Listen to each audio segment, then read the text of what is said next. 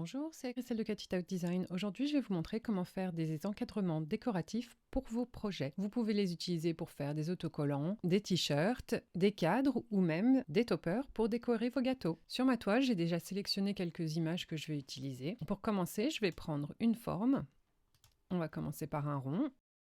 Donc selon la taille de vos projets, vous choisissez la taille de votre rond. Je vais faire le mien à 20 pour que ça prenne une bonne partie de l'écran et que vous voyez bien ce que je fais. Je vais utiliser la fonction décalage et je vais faire une épaisseur de 2,5 mm. Donc je vais aller dans le négatif et, puisque c'est des centimètres, moins 0,25. J'applique mon décalage. Ensuite, je sélectionne mon rond et mon décalage et je fais associer. Retirer. Donc cela, ça me donne la base de mon encadrement. Donc si vous voulez juste un rond, vous laissez comme ça. Sinon, vous pouvez le dupliquer et le placer où vous voulez. Vous pouvez en mettre 2, 3, 4, 5, ça c'est selon votre choix. Je vais en mettre 3. Une petite chose à juste faire un petit peu attention, c'est que quand vous superposez chacun de vos cercles, il n'y ait pas de tout petits trous, bien qu'on pourra le corriger par la suite.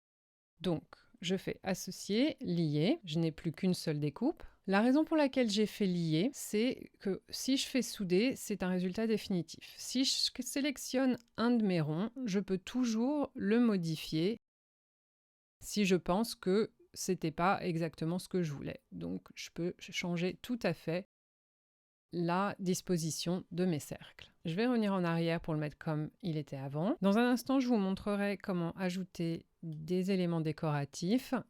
Mais là, d'abord, j'aimerais vous montrer avec une forme géométrique ce que vous pouvez faire. Donc, par exemple, je vais prendre celui-ci. Vous pouvez prendre vraiment n'importe quelle forme géométrique et ça marchera. Je vais le mettre à 20 également pour qu'on voit bien ce que je fais. Je fais exactement la même chose. Donc, je vais aller rapidement. Un décalage à moins 0,25 que j'applique. Je sélectionne les deux. Je fais associer, retirer. Ensuite, je duplique. Et là, je vais dupliquer pareil. J'en veux 3. Donc, je resélectionne et je duplique. Je sélectionne les deux, même les 3, et j'aligne et je centre. Ensuite, je vais prendre celui qui est en haut et je vais faire une rotation. Donc la rotation, c'est comme vous voulez. Alors soit vous le faites un peu au hasard, et ensuite vous prenez celui du dessous et faites une rotation un peu différente. Alors, vous pouvez ajuster comme vous le souhaitez. Ou alors, si vous voulez des choses un petit peu plus précises pour avoir une rotation un peu plus régulière, vous pouvez choisir par exemple ici de faire à 8 et puis pour l'autre à 16. Et donc là, vous avez une rotation qui est tout à fait régulière puisque vous avez doublé votre rotation. De la même façon, vous sélectionnez le tout, associer, lier. Et vous avez un cadre géométrique que vous pouvez bien sûr tourner également pour qu'il soit comme vous souhaitez comme orientation. Vous pouvez également faire ça avec des carrés et des rectangles. J'accélère la vidéo puisque vous avez bien compris comment on fait le cadre. Dupliquer 3 fois. Vous n'êtes pas obligé de faire une rotation, vous pouvez aussi faire des croisements géométriques, d'autres formes. Donc c'est vraiment, vous faites exactement ce qui vous plaît avec la même méthode, vous pouvez avoir différents résultats. Alors, je réduis et je bouge le cadre carré. Alors, je vais faire la même chose avec un rectangle que je vais mettre en 20 par 10. J'applique mon décalage, je duplique par 2 et je centre. Je sélectionne le cadre du haut. Ensuite, je fais mes rotations. Donc là, j'avais 3 cadres sur lesquels je fais les rotations, puis je me suis rendu compte que ça ne me plaisait pas, donc j'en ai effacé un et je réajuste les 2 autres, puis je fais associer, lier. Et voilà, c'est quelques exemples de ce que vous pouvez avoir. C'est quelque chose d'assez rapide à faire. La taille du trait dépend complètement de votre projet, de ce qui vous plaît. Maintenant, je vais vous montrer comment ajouter des éléments à vos cadres. Donc par exemple, celui-ci, je sais pas, peut-être que vous faites quelque chose sur un thème marin. Donc vous pouvez, je trouvais cette image de baleine dans le DS. Donc là, ce que je vais faire déjà, c'est que je vais arranger et envoyer mon image en avant puisque je veux qu'elle soit au-dessus. Je vais décider à peu près comment je la veux, la taille, l'orientation. Là, la baleine est arrondie, donc je vais un petit peu l'intégrer dans l'arrondi du cercle. Pareil, c'est vraiment vos choix, comment cela vous plaît. Donc, là, vous voyez qu'il y a de la transparence et bien sûr, je ne veux pas voir cette transparence. Si je lis maintenant, je vais vous montrer ce qui se passe. Donc, j'associe, je lis et là, j'ai ma baleine qui est intégrée dans le cercle, les rondes du cercle. C'est pas ce que je veux. Donc, je vais associer, annuler le lien. Je vais sélectionner juste ma baleine et là, je vais de nouveau aller sur décalage et je vais faire un décalage à 0. Ce que ça veut dire, c'est que ça me duplique ma baleine et ça me fait mon décalage qui est exactement de la même taille. Pourquoi j'ai pas fait dupliquer et j'ai fait décalage? C'est parce que si je fais dupliquer, il va falloir que je place ma baleine exactement au bon endroit et si je fais centrer, ça va bouger, donc il va falloir que je recentre. Alors là, je suis contente avec là où j'ai mis ma baleine. En faisant un décalage, ça me met l'image exactement au même endroit. Avec mon décalage qui est toujours sélectionné, puisque si vous ne touchez à rien, et ne cliquez nulle part, une fois que vous avez fait un décalage, il reste sélectionné. Je vais aller sur contour et je vais masquer tous les contours pour n'avoir que le contour de ma baleine. Et là, vous voyez qu'effectivement, j'ai juste une baleine pleine. Avec la touche de la majuscule appuyée, je vais cliquer sur mon cercle, mon cadre, et je vais faire associer, retirer. Et là, vous voyez que j'ai ma baleine qui a été enlevée de mon cercle. Donc si je cache celle-ci, vous voyez que j'ai bien un trou ici. Je reprends ma baleine et là, je sélectionne les deux et je fais associer, lier. Et là, je n'ai plus qu'une seule découpe qui se fera autour de mon cadre. D'ailleurs, je vais changer de couleur pour qu'on puisse bien voir les traits de découpe. Donc là, vous voyez bien que mes traits de découpe, la baleine a été intégrée dans mon cercle. Je peux ajouter d'autres éléments de l'autre côté, donc pareil, je vais les envoyer en avant, je vais les dégrouper et puis je vais les placer là où je veux. Donc là, ce sont des éléments pleins, donc ce n'est absolument pas gênant, je vais pouvoir les lier directement sans avoir à passer par l'étape du décalage. Donc je les place où je trouve, je pense que ça sera joli, je change l'orientation. Voilà, comme ça me paraît pas mal. Je sélectionne tout et je fais de nouveau associer, lier. Et là, j'ai mon cadre qui est fini. Donc là, comme vous pouvez voir, ça commence à faire énormément de calques avec tous les liés retirés que nous avons faits.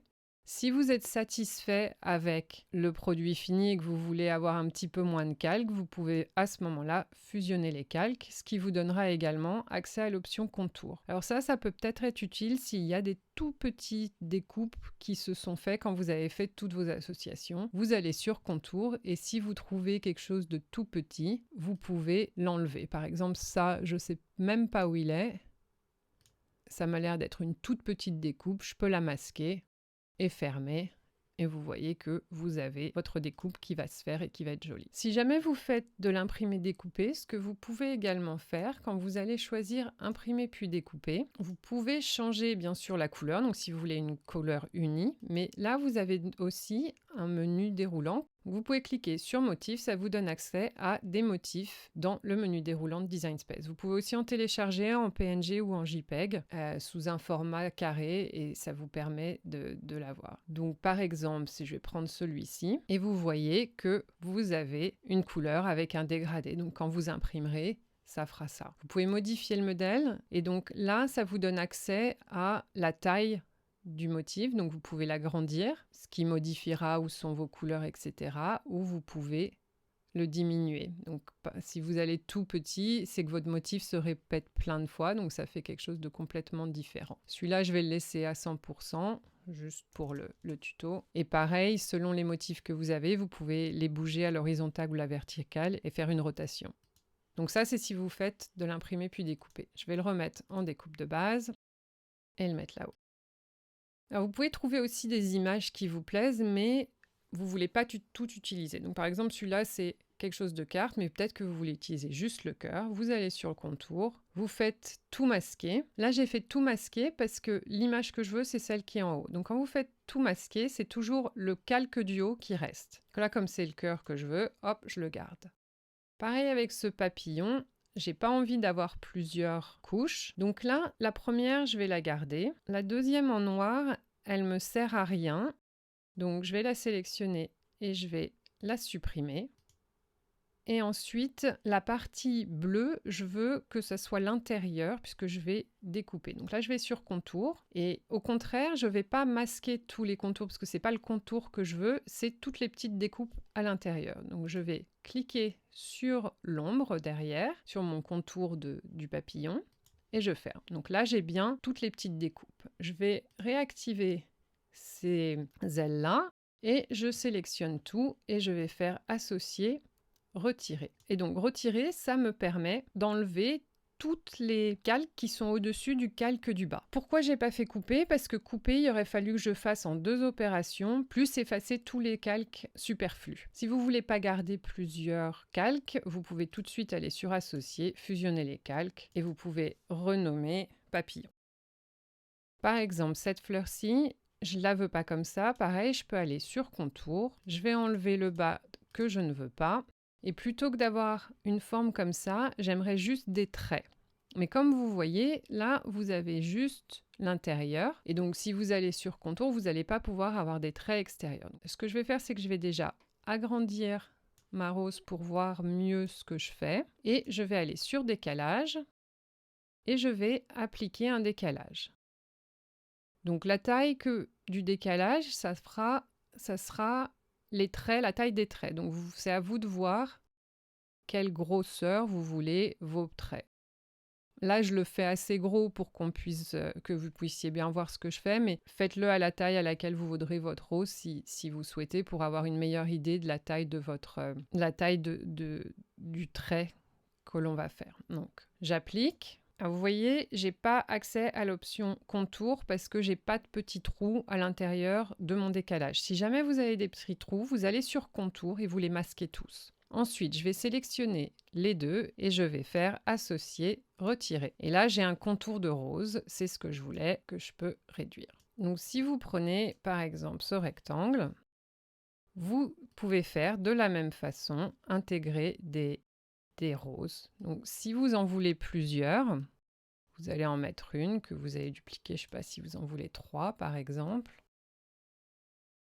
Vous allez les mettre comme vous voulez. Et puis là, je vais zoomer un petit peu pour mieux voir ce que je fais. Là, si je vais lier, par transparence, on va voir beaucoup de choses. Donc, je veux que ma rose centrale ici soit celle qu'on voit. Donc, je vais m'assurer qu'elle est bien tout en haut, oui, puisque ça, c'est grisé. Ensuite, celle-ci, je vais la mettre tout en haut également et je vais la reculer une fois, puisque je veux qu'elle soit derrière celle-ci. Je vais faire pareil avec celle-là, je vais l'envoyer en avant et je vais la reculer en arrière. La reculer une fois pour qu'elle soit derrière ma rose principale. Ensuite, ce que je vais faire, c'est que ça va me gêner. Donc, je vais le cacher un instant pour pouvoir faire mon design ici. Donc, je vais sélectionner celle-ci. Je vais faire comme la dernière fois. Je vais faire un décalage à 0 que je vais appliquer. Je vais aller sur contour et je vais masquer tous les contours. Je ferme. Donc là, j'ai mon décalage, mais si je fais retirer, ça va me retirer une des roses. Donc d'abord, il va falloir que je lie ces deux roses ensemble. Donc je vais faire associer, lier et je vais les envoyer en arrière. Donc avec mes roses sélectionnées, là comme je les ai envoyées tout en bas, elles sont vraiment tout en bas mais elles sont sélectionnées. Avec mes roses sélectionnées, je vais sélectionner le décalage et je vais faire associer, retirer. Et là vous voyez que par transparence, on ne voit plus toutes les roses comme ça. Donc là, je peux les sélectionner mes 3 roses et faire associer, lier. Je vais fermer parce que là, pareil, ça commence à faire beaucoup de calque. Donc, je vais fermer mon calque et je vais faire réapparaître mon cadre. Je vais sélectionner mes 3 roses. De la même façon, un décalage à 0 que j'applique, qui est toujours sélectionné automatiquement. Je fais contour, tout masquer et je ferme. En maintenant la touche de la majuscule appuyée, je sélectionne mon cadre et je fais associer, retirer, puis je sélectionne le cadre et les roses et je fais associer, lier. Je reviens à 100% et là, vous voyez, j'ai un élément décoratif de nouveau sur mon calque. Alors là, sur ce cadre-là, je suis revenue un petit peu après et là, vous voyez, il y a des toutes petites découpes. Comme vous voyez, quand on a utilisé lier, retirer, etc., vous n'avez pas accès à la fonction contour. Donc vous allez sur associer, fusionner les calques, et là, ça devient plus qu'un seul calque et là vous avez contour. Je vais chercher sur le côté les tout petits morceaux à enlever, donc ces deux-là, et je ferme. Et vous voyez, ça a enlevé là les 2 petites découpes qui étaient ici. Donc ça c'est un truc où il faut un petit peu faire attention quand on fait plusieurs éléments ensemble. C'est vrai que parfois on se retrouve avec des toutes petites découpes qui selon les projets sont pas faciles à faire et il vaut mieux les enlever. Donc là, je vais pousser ça là-haut. Là, je pense que vous comprenez bien comment ça marche. Là, pareil, vous pouvez intégrer un ou plusieurs papillons avec, si vous voulez les mettre près d'une fleur. Vous pouvez vraiment intégrer autant d'éléments ou aucun, garder juste un cadre comme ça. Donc, quand vous faites des superpositions d'éléments, toujours bien sûr, celle-ci, vous assurez que ce soit bien en arrière. Et puis, le cacher le temps que vous fassiez votre décalage à 0, que vous appliquez. Hop, on cache les contours. On sélectionne l'autre élément. Associer, retirer. Ensuite, on les lie ensemble. On fait réapparaître la partie qui était cachée. Alors là, il est tout en bas puisque je l'avais mis en bas. On sélectionne son élément. De nouveau, un décalage à 0 qu'on applique. Contour que l'on cache. On a le décalage sélectionné. On sélectionne le cadre. Associer, retirer. Puis, on lie le tout. Associer, lier. Et donc, on a de nouveau un autre cadre. Vous voyez bien que vous avez vos découpes, vos lignes de découpe, donc les lignes noires, qui sont bien comme on les veut. Donc vous pouvez vraiment le faire avec toute forme, décider de juste les bouger de façon différente, soit faire des rotations, vous pouvez en avoir 2, vous pouvez en avoir 3, vous pouvez en avoir beaucoup plus, ou avoir juste un cadre auquel vous ajoutez plein d'éléments. J'espère que ce tuto vous aura été utile. Si vous avez des questions, n'hésitez pas à les mettre dans les commentaires. Bonne création!